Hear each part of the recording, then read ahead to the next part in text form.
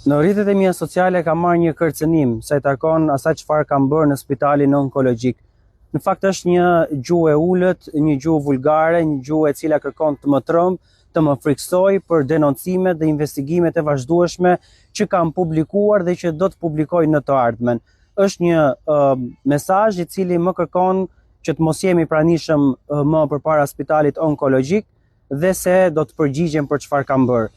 Në fakt është një mesazh të cilin unë e kam kallëzuar, pra kam bërë kallëzim penal në policinë e shtetit dhe tashmë është në duart e policisë së shtetit për të bërë hetime për të identifikuar se kush qëndron pas këtyre mesazheve, interesat e kujt janë prekur. Ajo çfarë unë kam bërë në spitalin onkologjik është denoncimi i mungesës brakiterapisë ku gratë me kancer nuk marrin trajtimin e tyre tashmë prej 5 muajsh. Kam denoncuar mungesën e frikshme të medikamenteve ku pacientët kanë mbetur për muaj të tërë pa bërë kimioterapitë e tyre. Kam denoncuar mungesën 35 vjeçare të PET skanit në Shqipëri ku pacientët marrin rrugët e Italisë, Turqisë e vendeve tjera për të bërë një diagnostikim të tillë. Kam denoncuar këtu mungesën e poltroneve që dje sollën dhe pra vendosën rreth 30 të tjerë.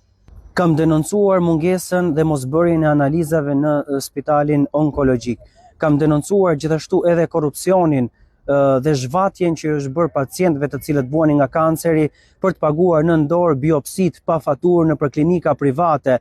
Kam denoncuar po ashtu edhe marrjen e rishfetit nga pacientët për t'i gjetur natyre një vend poltroni. Të gjitha këto dhëna, të gjithë personat e prekur nga denoncimet e mia janë edhe në kallëzimin që unë kam bërë, duke mos vendosur gishtin tek asnjë, por duke treguar autoriteteve se çfarë unë kam bërë dhe cilët janë personat që janë prekur.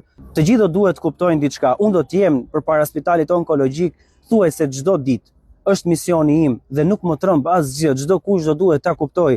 Me mua nuk funksionojnë as presionet, as kërcënimet, as një gjë, sikundo nuk funksionuan edhe pazaret që erdhën dhe më bën që unë të braktisja këtë mision që unë kam ndërmarrë, denoncimin e situatës së frikshme që po ndodh në spitalin onkologjik.